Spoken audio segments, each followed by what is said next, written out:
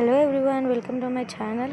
ఈరోజు మనం తయారు చేసుకునేది మమోస్కి కావాల్సినవి ఉల్లిగడ్డ. యాక్చువల్లీ యూట్యూబ్లో చూసినట్టు ఫాలో అయిపోయాను నేను కూడా, బట్ ట్రై చేస్తున్నా వంటలు నేర్చుకోవడానికి. డే 4 ఆఫ్ మై వంటల ప్రోగ్రామ్. అండ్ పైన మొత్తం కలిపి మమ్మీతో తిట్లు తిని చికెన్ తెప్పించుకున్నా.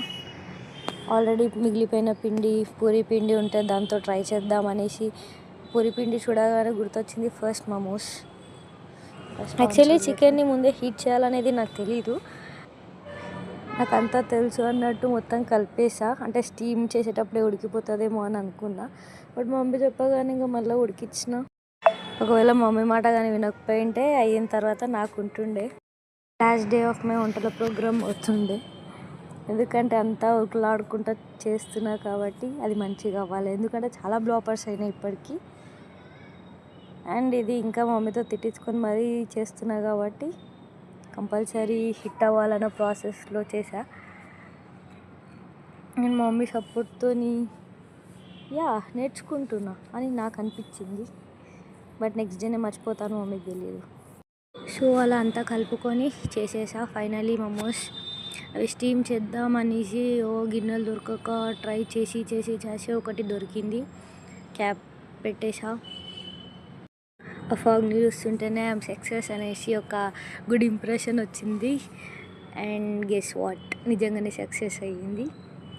ఫస్ట్ ట్రైలో ఇంత బెటర్గా చేయడం హ్యాపీ అనిపించింది. కానీ ఆ షేప్ని ఇగ్నోర్ చేయండి, ఎందుకంటే ఫస్ట్ ట్రై కాబట్టి అంత పట్టించుకోకూడదు షేప్స్లని కూడా. నా వంటల మీద నాకన్నా మా మ్యాక్సీకే ఎక్కువ ఇంట్రెస్ట్ ఉంది.